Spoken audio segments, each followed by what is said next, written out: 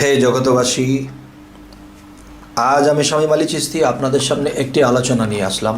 সেই আলোচনাটি হলো যে আমরা সমস্ত মাকলুকাত, সমস্ত প্রাণীজগৎ, গাছপালা, তরুলতা, মানব দানব, জিন অসুর, শয়তান, পৃথিবীতে যত ধরনের মাকলুকাত আছে সকলেই আল্লাহকে ডাকে। তো একটা বিষয় হলো কি, যে আল্লাহকে যে ডাকে বা আমরা ডাকি, তাহলে আল্লাহ কাকে ডাকে? এটা কেমন কথা যে আল্লাহ কাকে ডাকে? আল্লাহর উপরে কি কেউ আছে যে আল্লাহ তাকে ডাকবে? নাউজুবিল্লাহ। তাহলে তাই যদি হয়, তাহলে আল্লাহ কাকে ডাকে? তো অবশ্যই আছে এমন কেউ যে আল্লাহ তাকে ডাকে। যেমন আমরা বলতেছি কি, আল্লাহ হু, তিনি আল্লাহ, তিনি আল্লাহ সমস্ত জগৎ সৃষ্টি করেছেন, আমাকে তোমাকে সমস্ত কিছু সৃষ্টি করেছেন। কিন্তু সমস্ত সৃষ্টি তো আল্লাহকে ডাকে। আল্লাহ ডাকে কাকে? সেই বিষয়টি হলো মুহাম্মদ সাল্লাল্লাহু আলাইহি সাল্লাম যখন আল্লাহর ইবাদত করত, আল্লাহর সাধনা করত, আল্লাহর কর্মগুলো করত, আল্লাহর সাধনা, আল্লাহর কর্মগুলো যখন করত, তখন আল্লাহ হযরত মুহাম্মদ সাল্লাল্লাহু আলাইহি সাল্লামের ডাকে, ভক্তিতে, প্রেমে যখন আল্লাহ খুশি হয়ে যেত, তখন আল্লাহ তাকে বন্ধু বলে ডাকত। আচ্ছা, এখন আল্লাহর জিকির আমরা করতেছি, আল্লাহকে আমরা ডাকতেছি, আল্লাহ ডাকতেছে কাকে? আল্লাহ বলতেছে ইয়া মুহাম্মাদু, ইয়া মুহাম্মাদু। তাহলে আল্লাহর প্রেম কার সাথে? মুহাম্মদ সাল্লাল্লাহু আলাইহি সাল্লামের সাথে। তখন মুহাম্মদ সাল্লাল্লাহু আলাইহি সাল্লামের কথা ভেবে মুহাম্মদ সাল্লাল্লাহু আলাইহি সাল্লাম আল্লাহর বন্ধু, সেই বন্ধুকে ডাকত। যখন তিনি আল্লাহ নামের জিকির করে আল্লাহকে ডাকত, তখন আল্লাহ ডাকত ইয়া মুহাম্মাদু, ইয়া মুহাম্মাদু। হে দোস্ত, আমি যদি তোমাকে সৃষ্টি না করতাম, তাহলে এই জগতের কোনো কিছু সৃষ্টি করতাম না। আজ তোমাকে সৃষ্টি করেছি, সমস্ত মাকলুকাত তোমার ওসিলায় আমি সৃষ্টি করেছি। সমস্ত মাকলুকাত আমাকে ডাকে, তোমার ওসিলা দিয়ে তারা আমাকে চিনেছে, জেনেছে, আমাকে ডাকে।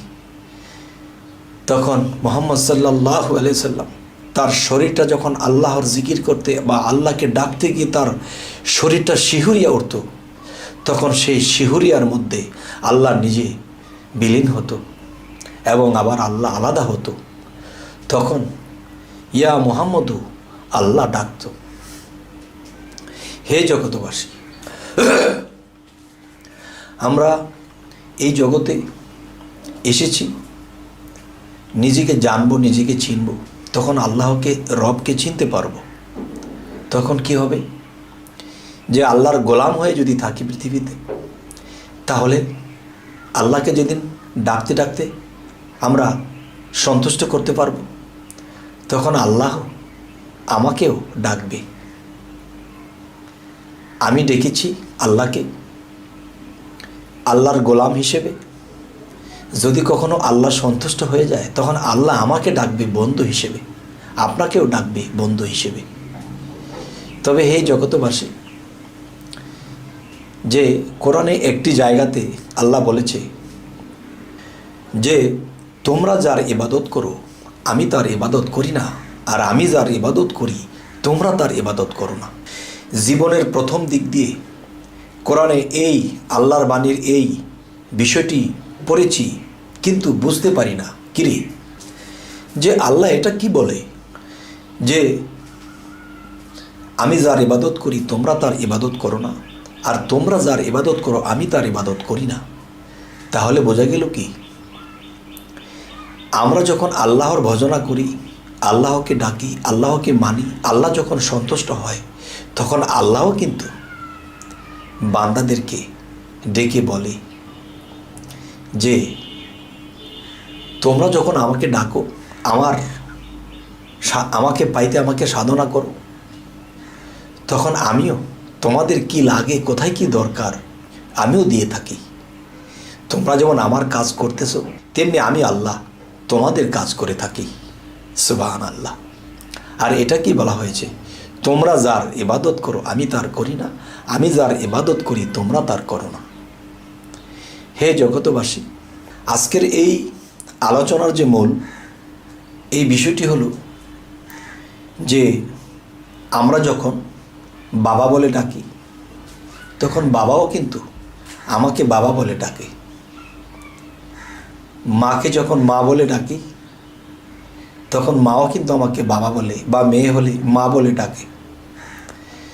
তবে এখান দিয়ে যদি আমরা বুঝতে পারি যে বাবা মার কাছে চাইতেও হয় না, বাবা মা যখন দেখে আমার সন্তানের এটা লাগবে, আর সন্তান যদি প্রিয় হয়, তখন সন্তান চাইবার আগে সেটা পৌঁছে দেয়। তো আল্লাহ যদি এর চেয়ে হাজার গুণে দয়াশীল, আল্লাহ যদি এর চেয়েও দয়াশীল মায়াশীল বেশি হয়ে থাকে, তাহলে আল্লাহর কাছে চাইতে হয় না, আল্লাহ নিজেই সামনে হাজির করে দেবে।